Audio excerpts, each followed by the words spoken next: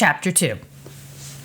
Justin came home from school bubbly and happy as always. He was the bright spot in my day. Whenever I felt my worst, Justin made it all better.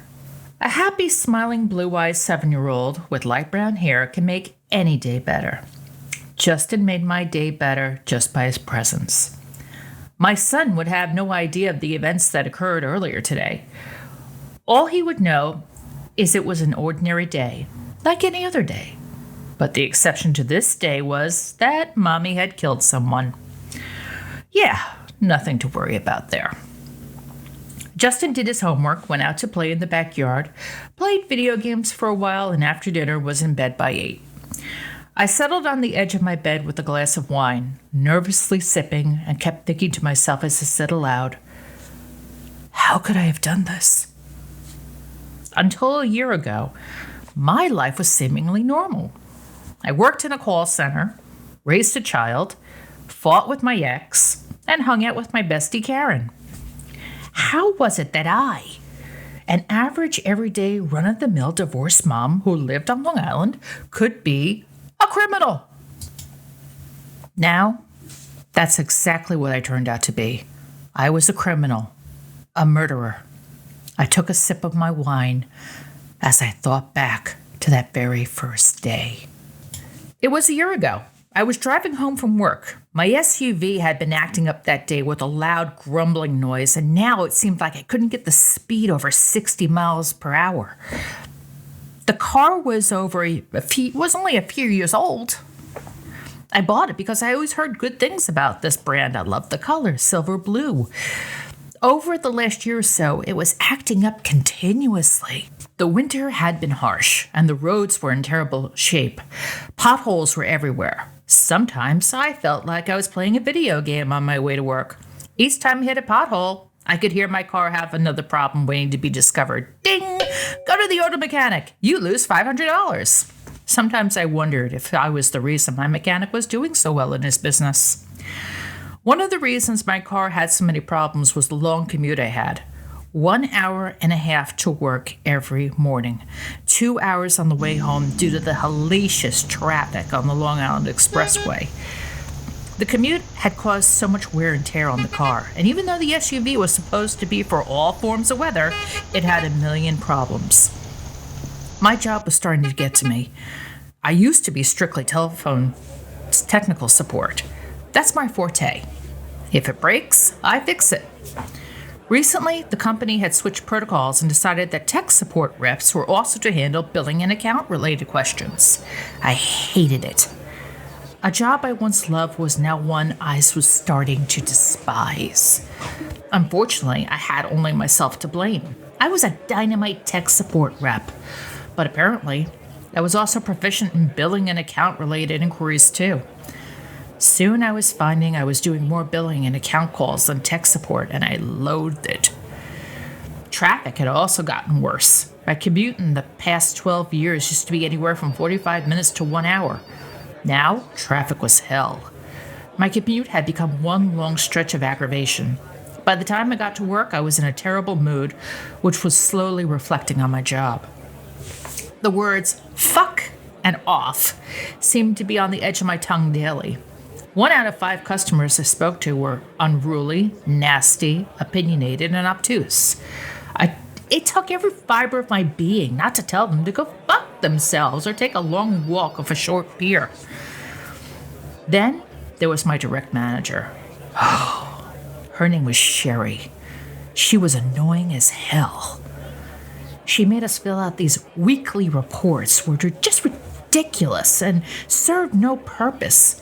If you didn't get your report completed on time, she wrote you up. I had already received a write-up for being 10 minutes late due to traffic, and she never liked me at all. She was looking for the perfect opportunity to write me up again. More and more, I became drained. And it wasn't just me who felt this way. Most of my coworkers were in the same boat. Work, a place I used to love to go to, had become a place I dreaded going to. But on this day, I was happy for the first time in a long time. I was getting off a few hours early to catch my kid's soccer game. It was so important to my little boy. I couldn't wait to get there to watch my little guy take the field. As I was driving home, there was a large pothole in the road. I swerved to miss it, but I ended up narrowly cutting off the guy in the next lane. He was driving a white four-door sedan. I didn't realize I had cut him off at first. I never even saw him due to my SUV's blind spot until he came up beside me, shouting at me with his window down. "Hey, you fucking bitch!" He threw what appeared to be a small nut or rock at my window and then sped away before I could get his plate number or a good look at him. I ignored him. I'd hoped he'd go away. He didn't. The next day, I drove out to the farm stand to pick up some fresh eggs and milk. I loved going to the farm stand. On the way, I saw what appeared to be the same car flying down the road. He screamed at me in this high-pitched, shrill voice driving past. "Fucking bitch!" I continued to ignore it, but this time I took down his license plate. Then the same car drove by my house later in the day, honking his horn and throwing trash on my lawn. What the hell? Was this guy crazy or something? On my way to work, he would continuously honk at me and scream at me. It appeared he worked a shift like mine, and I hated that he had the same work hours as me. I was tortured by him in the morning and in the evening. It was horrible. Suddenly, out of nowhere, I would hear, "Bitch! Bitch! Bitch! Bitch! Bitch!" I never looked at him as I was driving. I just kept my vision fixed straight ahead. I was trying to use my bully logic from when I was young. Ignore the bullies, and they go away. He didn't. I knew that he was crazy at that point. I went to the police to report the incident. I was informed there was nothing I could do unless Blondie inflicted damage on me, my son, or my property. Also, his record was clean. Not so much as a goddamn parking ticket. I filed the report anyway, and the police said, "We'll consider it." Every day was the same ritual, and it aggravated me. Whenever I dealt with him, I always came to work in the foulest of moods. My workday hadn't even begun, but for nearly 2 hours I had been subjected to the commute from hell. I hated dealing with this crap. It went on for months. I couldn't believe that at my age I was being bullied by a foul-mouthed college-age lunatic. My only solace were my days off, when I go to hang out with my friend Karen for a bit or go visit my Aunt Celine. Then it reached a breaking point. The day had started off well. I was in a good mood, and I was driving to the store. Just then I heard in that high-pitched, shrill voice, "Fucking bitch! Bitch! Bitch! Cut! Bitch!" I turned my head to him, and he sped past me. I was infuriated. I took it upon myself to deal with him. It may have been crazy, but I chased him down. I got behind him at a stop sign and set myself on to record the incident. Rolling down my window, I stuck my head out and asked, "Excuse me, did you say something to me?" From his car, he appeared to be screaming something into his rearview mirror. I couldn't make it out what he said. I responded with, "Oh, really? You better watch yourself. I've got your plate number. You'll be hearing from my lawyer and the police next." I drove away. I went to the store, did my food shopping, and drove home. After I pulled into the driveway and looked up into my rearview mirror, I sighed at who was parked in the street across my house. "Son of a bitch," I muttered. I got out of my car and turned to face the street. It was the first time I got a glimpse of him. He was young, blonde, and wearing sunglasses with a white t-shirt. "Bitch!" he yelled out. "Get out of here before I call the police," I shouted. My guess is he was either late teens or early 20s. He looked mean as he grinned at me, almost evil. I could have sworn his teeth had fangs. "Fuck you, bitch," he said as he drove off. I knew at that point I was in trouble. I developed the nickname for him, Blondie, I seethed. For a while, I had thought that the torment had ended. I hadn't seen the nasty little punk in a while, and I hoped he had given up on trying to terrorize me. Not many people knew. My friend Karen knew. She wanted to kick his ass. My Uncle Carlo knew too. He told me to be careful. Every day I was overly anxious as I tried to keep an eye out for him. A year had gone by since my first encounter with Blondie. And on that anniversary day, I was driving home from work. It had been such a long day. A horrible migraine pounded through my brain. My son was at his father's house. I was grateful for that this weekend. All I wanted was to go home, have some dinner, curl up with a good book, sip on a glass of wine, and go to sleep. I was so tired driving home that day. I could barely keep my eyes open. After 10 hours of nonstop talking to customers, I was exhausted beyond measure. I was almost home when I felt something strike my car hard. I looked, and my eyes widened. Blondie's white sedan came up against my driver's side, nearly pushing me off the road. I frantically tried to get away, speeding past cars and zipping in and out of traffic. Blondie was keeping up with me. I tried to reach for my phone as I made a hard left. Phone! Call 911! The cell phone that fell out of my purse and went under the seat. Damn it, phone! I screamed.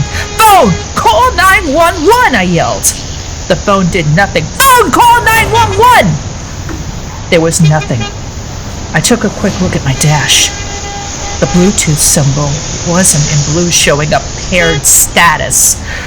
I sighed as I remembered I had deactivated the remote feature on my phone earlier because it was annoying to me.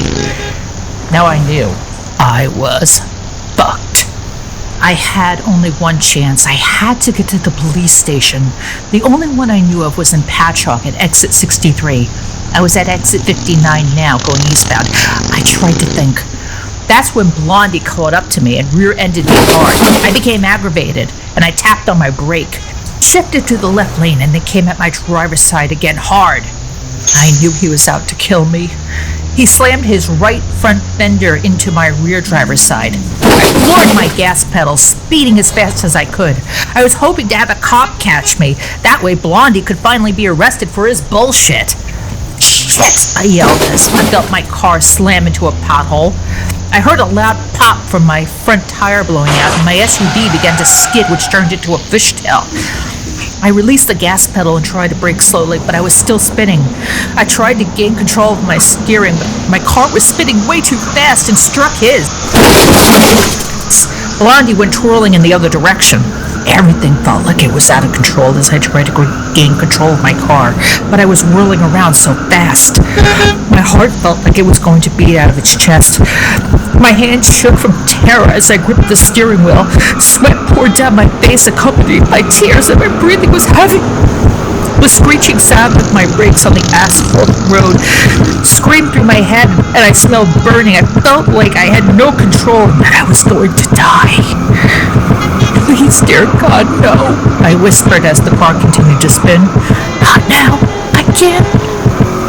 Just then, it felt like everything went into slow motion as I met the cold, cruel gaze of Blondie's icy blue eyes through my windshield. He looked mean as his brow furrowed onto his face and his eyes narrowed with a chilling glare. That look shook me down to my core. I felt like I was staring into the very face of the devil as he grinned at me with his car spinning in the other direction. I thought my death was imminent. Just, I whispered, and then out of the clear blue sky, I felt a calmness come over me as I heard myself say, George. I hit something with tremendous force. My body was pinned against the seat from the seatbelt restraining me, but my head slammed against my driver's side window as my airbag deployed. I bellowed out in pain, and then there was nothing.